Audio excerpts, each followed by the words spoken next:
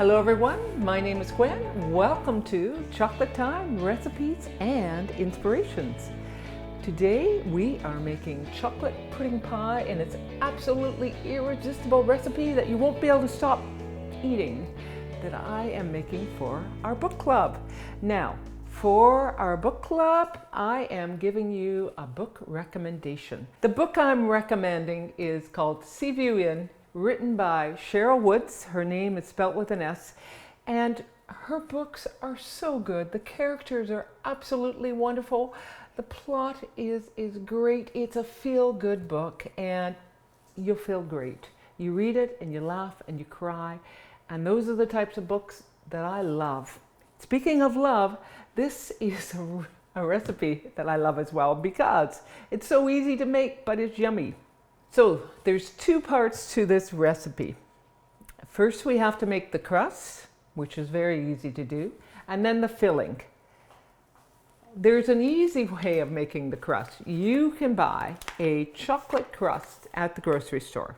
So if you don't want to make the crust, that's one way of doing it. However, I am going to show you how to make a crust using Oreo baking crumbs.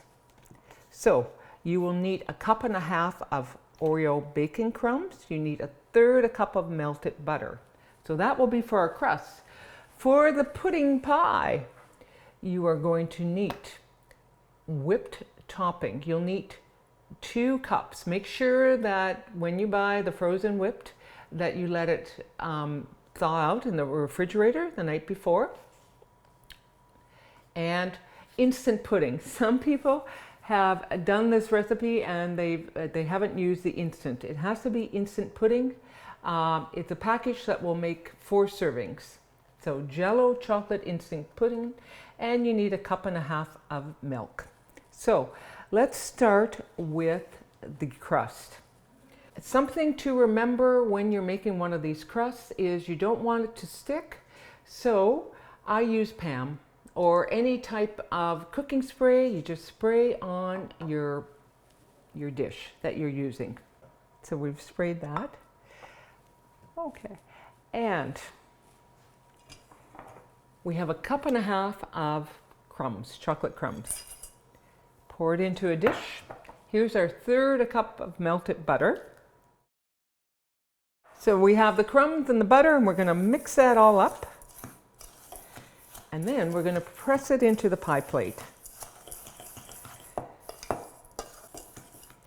You should have your oven on at 350 because we're going to bake it in the oven for 10 minutes just to make sure that we get a nice solid crust.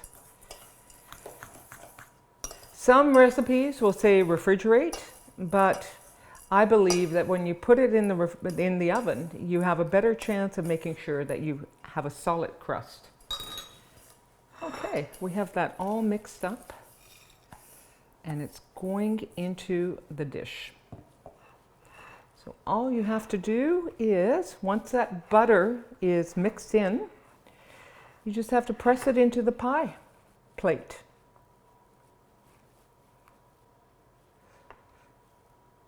This crust can be used for grasshopper pie, which is a mint pie. It's good to know how to make this crust, or you can buy it. So that's what it's going to look like once it's ready for the oven. Okay, so I am going to put this in the oven for 10 minutes. The chocolate crumb crust has been in the oven for 10 minutes. And it's ready. So I am just going to let it cool. It should cool for at least an hour. And in the meantime, we're going to make the filling. And the filling's so easy. For the filling, we need instant pudding. This is the 4 serving size chocolate instant pudding. 1.5 cups of milk. And we're going to use 2 cups of frozen topping. So when you're making the pudding, it's always good to put the milk in first. That way it'll really be well mixed. There won't be any clumps at the bottom. This is, the ingredients are a little bit different than the recipe for the box pudding because we're making it a little bit thicker. So, 1.5 cups of milk.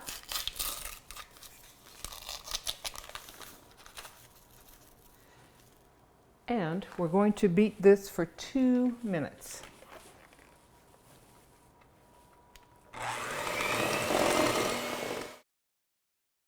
Okay, so we have the pudding made. We are, as I say, this requires 2 cups of whipped topping, but 1 cup is going to be mixed into the pudding. So you'll fold it in after you make the pudding. And this recipe calls for frozen whipped topping. A lot of times I'll use whipped cream. But one of the very appealing things about this recipe is it is extremely light, and the whipped topping gives it that lightness. So it's absolutely wonderful and so tasty. But you don't feel heavy after you've eaten this. It just feels good, refreshing.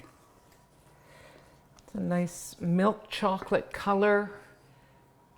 And the pie has cooled for an hour, and I am going to add the pudding mixture to the pie.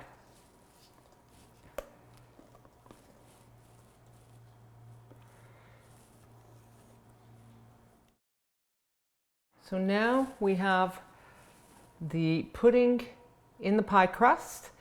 And the last step, which is very easy, is we are going to put 1 cup of whipped topping on top of this. So you just spread it around. It gives it that rich, creamy taste. Also adds another color to the whole presentation. Whipped cream or whipped topping always looks so pretty. So our pie is done. We just have to put it in the refrigerator for 3 hours. I'm going to cover it with tin foil, keep it protected. And we have such a wonderful dessert. Girls from the book club will love it. Okay, now I get to taste this cake or pie that I absolutely love. It's so light, creamy, chocolatey, delicious. It's a pie that I cannot stop eating, and